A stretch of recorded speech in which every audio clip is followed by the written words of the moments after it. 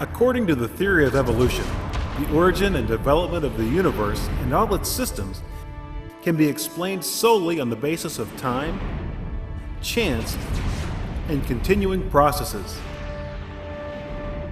All living things have arisen from a single-celled organism. A second and opposing worldview is the concept of creation. According to the theory of creation, everything in the universe has come into being through the design, purpose, and deliberate acts of a supernatural creator. That means this creator created the universe, the earth, and all life on earth, including all types of plants and animals, as well as humans. Join us for today's edition of Origins as we explore the center of the universe.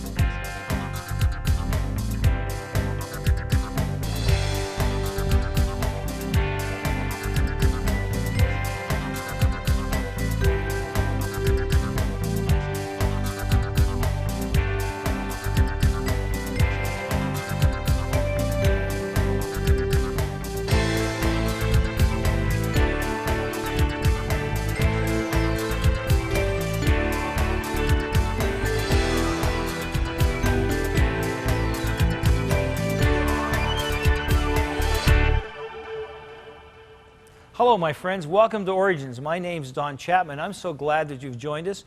Origins is a forum where we take the evidence of science and we use it to validate the truth of creation.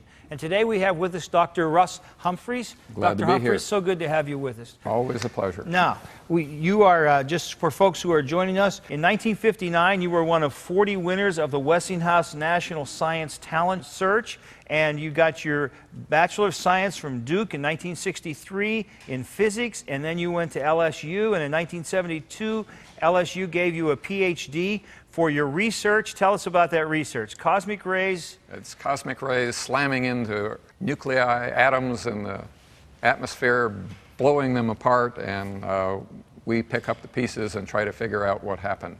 It sounds fascinating. You got your PhD for picking up the pieces. Yes. Okay, very good. And then for 6 years you worked for General Electric in their high voltage laboratory. You worked from 1979 through 2001 at the Sandia National Laboratories. And there you just studied little things like nuclear physics, geophysics, pulse-powered research, theoretical atomic and nuclear physics. You're the holder of 3S patents. You won 2 awards while you were working there for excellence in contributions to the light-ion fusion target theory. Then you left all of that to work in the field of creation science research. Yes, it's been a real hoot.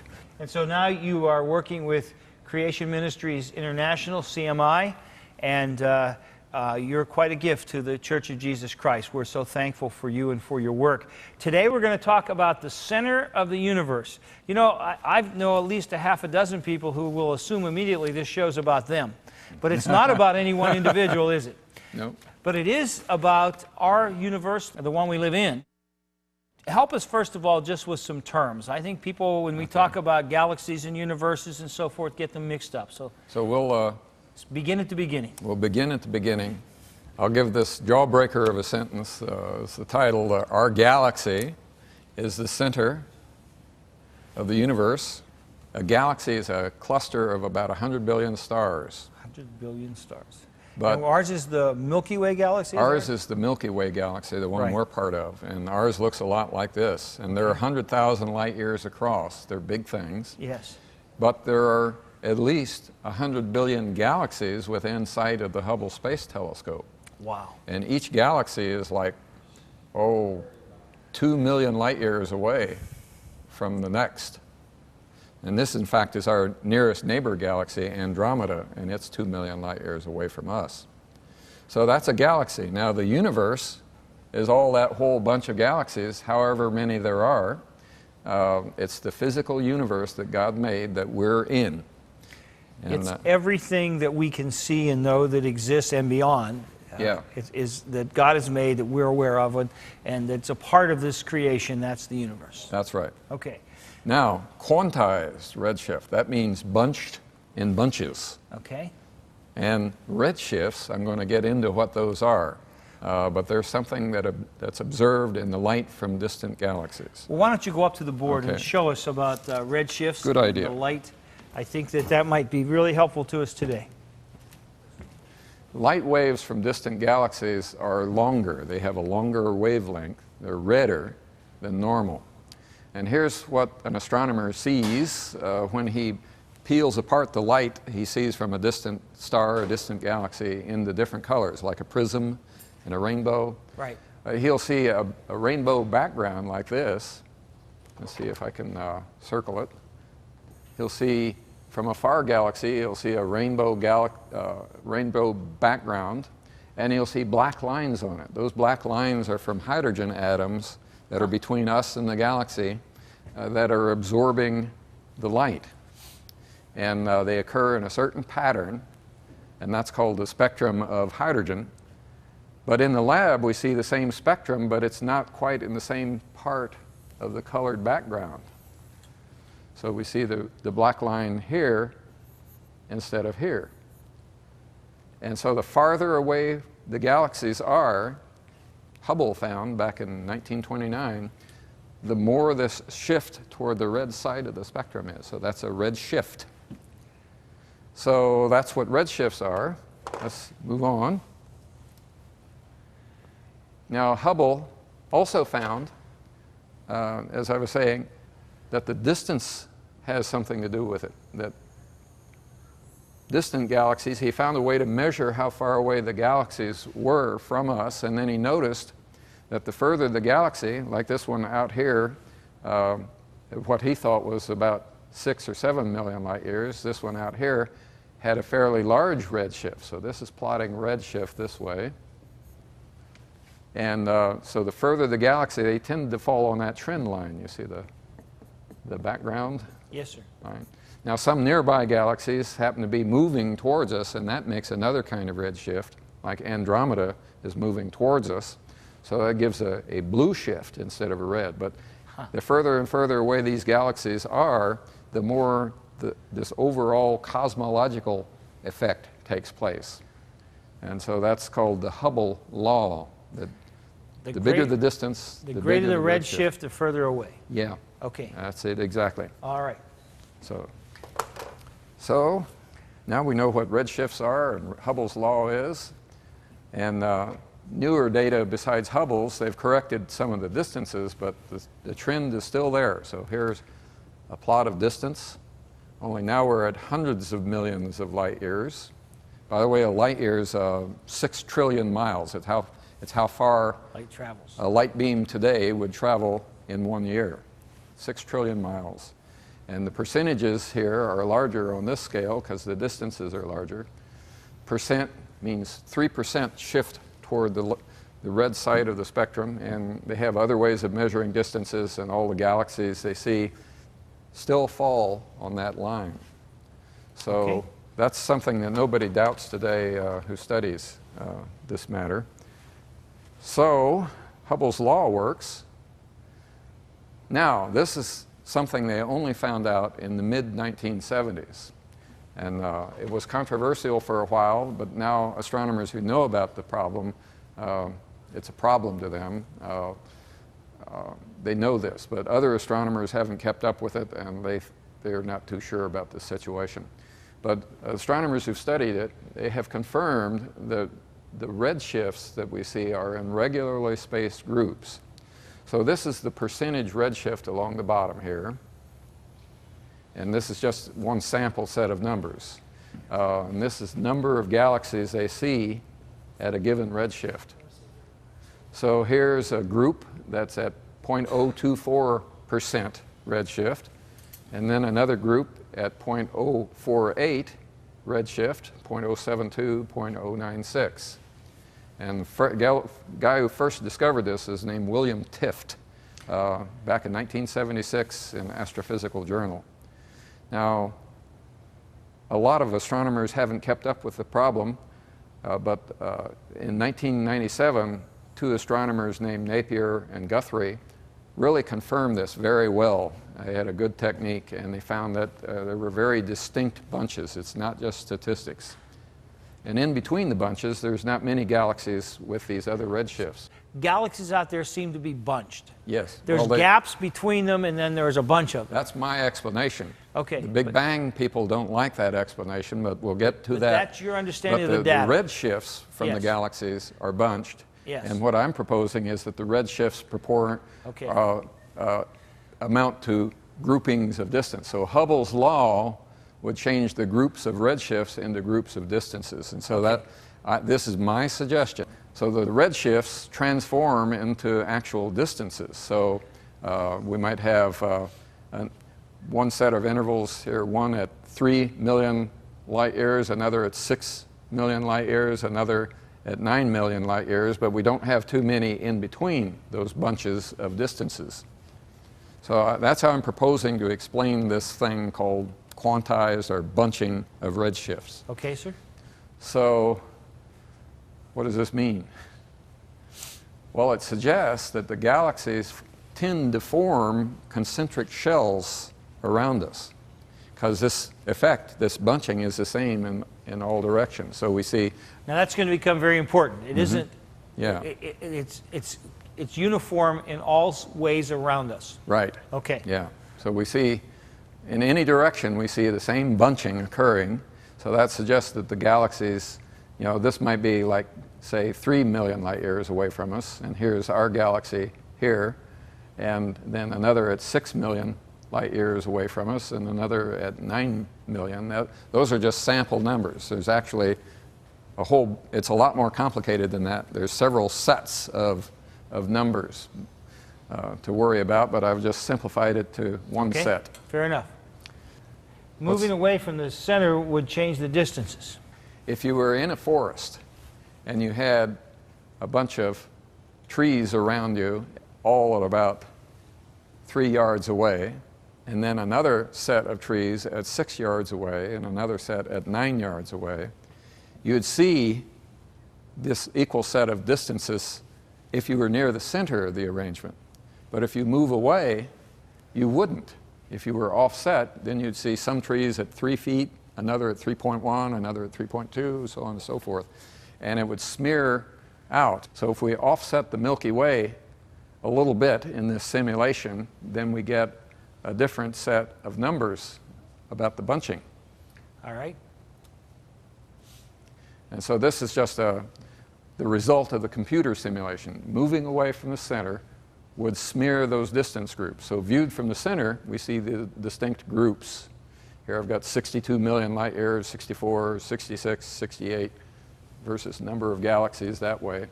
But we move off from the center, and the computer simulation shows us that we've smeared out those distinct bunches into something that's pretty random.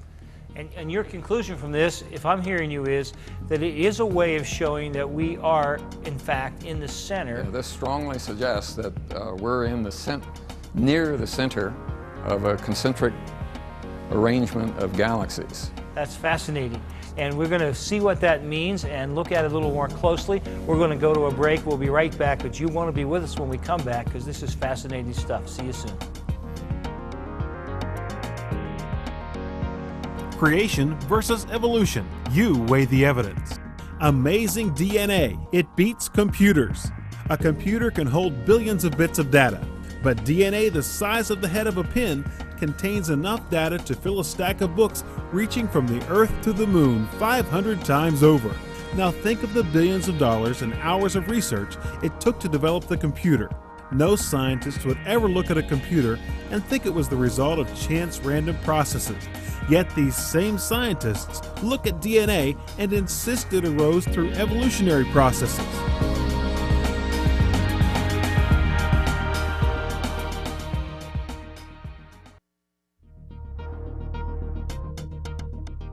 Today's guest on Origins, Dr. Russell Humphreys, is a physicist and speaker with Creation Ministries International. Russ did scientific research for 22 years at Sandia National Laboratories and has published some 20 papers in secular scientific journals. He is the author of Starlight in Time, where he proposes a model for a young universe. Book orders are being taken at 800-616-1264. Russ has also been involved with the RATE Project, which has produced breakthroughs on the subject of radiometric dating. Dr. Humphreys can be reached at Creation Ministries International, P.O. Box 350, Atlanta, Georgia 30127, or visit the website www.creation.com.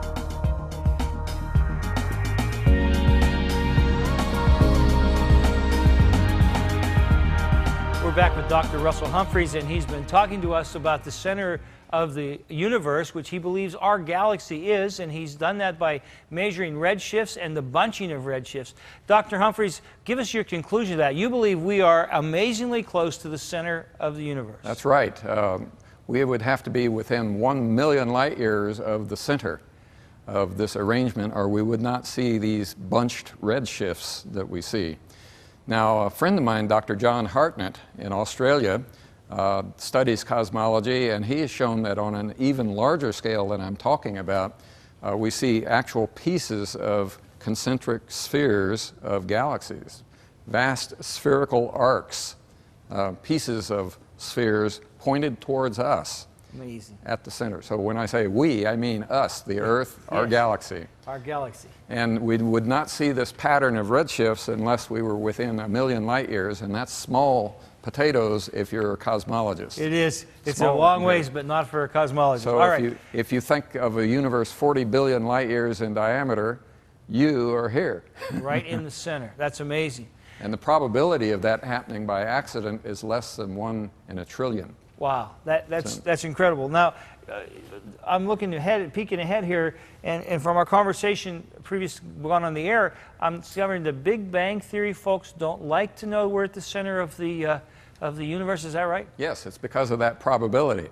You see, if we are in a special place in the universe, and it's very unlikely that we got there by accident, then somebody probably put us there. So we're back to design. Okay. So that's why they don't like it. And they have constructed the Big Bang Theory so that it cannot have a center and it can't tolerate a center. Now we get into tough stuff here. We're going to go into an extra dimension. Just take our three-dimensional universe and squash it down to 2, so that now we're flatland creatures on a flat universe. Now wrap that into a sphere, and our galaxies along with it, and imagine it's the surface of a balloon. Okay. So our whole universe is just that surface, not inside it, not outside, but only on the surface. So we've forgotten about one dimension here to picture it. So our space is only on the surface, and in the Big Bang Theory, there is no center on that surface. There's nothing even like the nubbin that we use for the balloon. So it's all pretty much the same everywhere, and they cannot say that one place is the center, and they don't want one place to be the center. So that's a hard concept for people to grasp. But if you have trouble with that, go to your nearest Big Bang theorist and shake him by the coat lapels and make him explain it to you. Okay. It's his theory, not mine. But what you're really saying is, though, that it's not compatible. The one is not compatible with the other. Right. And so this explanation that I've offered of the quantized or the bunched redshifts cannot be used by the people who want to have the Big Bang theory be true. So they're left without an explanation at the present. Explain to us, or at least summarize, the central position being scientifically important. It's important because we can't explain the quantized redshifts without something like that, yet nobody else has done it. But it's evidence against the Big Bang theory. So having a center just does away with the Big Bang theory if there is one.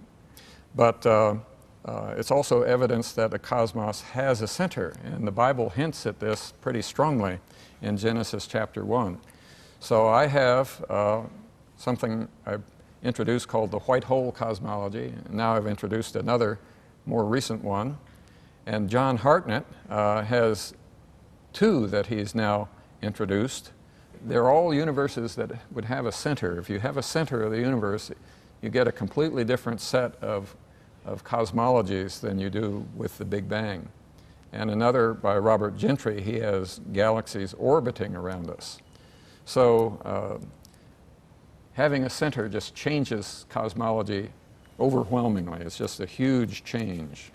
There was a relatively recent, about 2003, introduction by secular cosmologists of one similar to mine. Now, it didn't go anywhere. It was not very popular, but they considered that we were inside a black hole, that the whole universe was inside it, but we weren't at the center in their cosmology, but there was a center. So their idea was that the whole cosmos expands out of a white hole, just like my cosmology, that it has a center, and also that this abrupt expansion made shock waves that made the galaxies in spherical rings. So my cosmology would have a lot of the same features. That's fascinating. It seems like they're moving your direction. Well, they were, but no one welcomed this. And is it so because it's just too much to give up if it were true? Yes, yes. It's philosophically and religiously important to the Big Bang theorist to have a universe with no center. Because no center implies no purpose, no design. It implies that we're not at a special place. That's right. We're nothing special. And if we're not at a special place, then we don't have to have a God putting us in a special place, et cetera, et cetera. Gotcha. So our central position is spiritually important.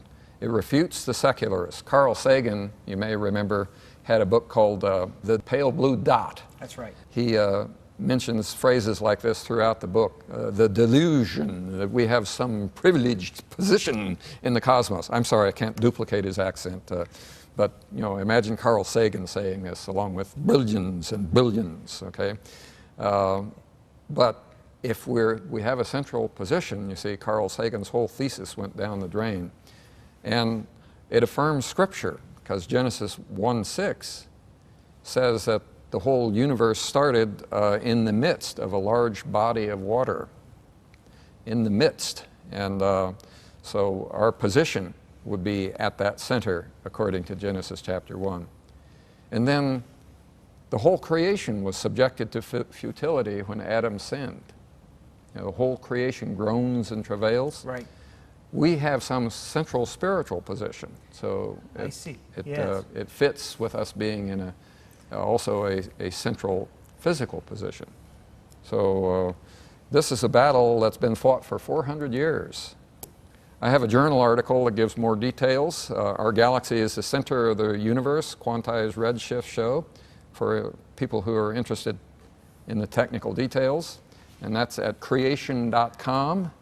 And you look up the Journal of Creation, and then you look up the August 2002 issue of it. Very good. The redshift groupings that you talk about seem to be irrefutable evidence. How does the Big Bang, how do they explain it? Well, basically they say there must be some other explanation. Yeah.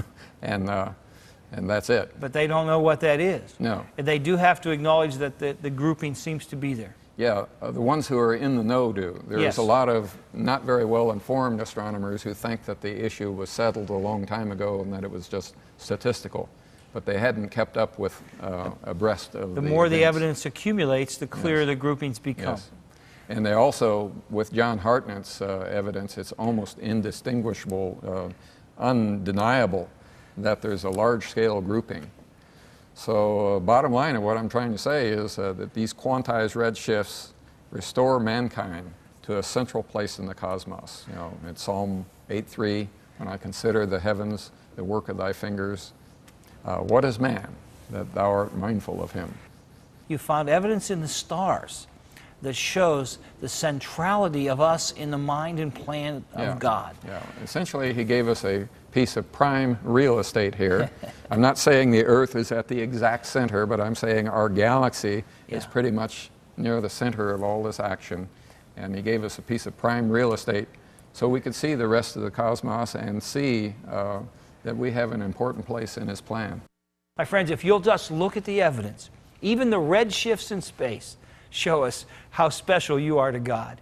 And I hope that this show today has brought you to a point of considering how much God cares about you. And I hope you all leave today understanding that it's God's view that He created you, and that too should be your worldview. It's been good having you with us, Oh, Dr. yeah. Humphreys. What a privilege to hear this great scientific information you've had to share and the incredible message it has for each of us. So friends, it's been good being with you.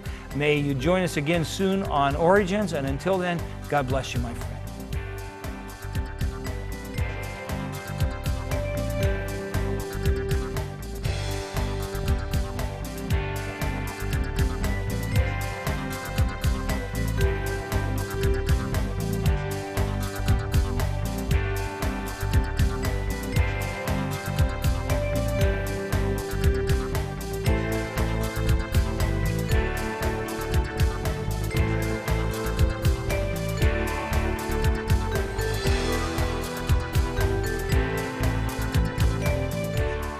Thank you for watching this edition of Origins. If you'd like a copy of the PowerPoint information presented today, you can download a PDF file of program number 910 from our website at www.originstv.org. Or for a DVD of this series, send a $12 donation to cover shipping and handling and write to Origins, program number 910, Cornerstone Television, Wall, Pennsylvania 15148.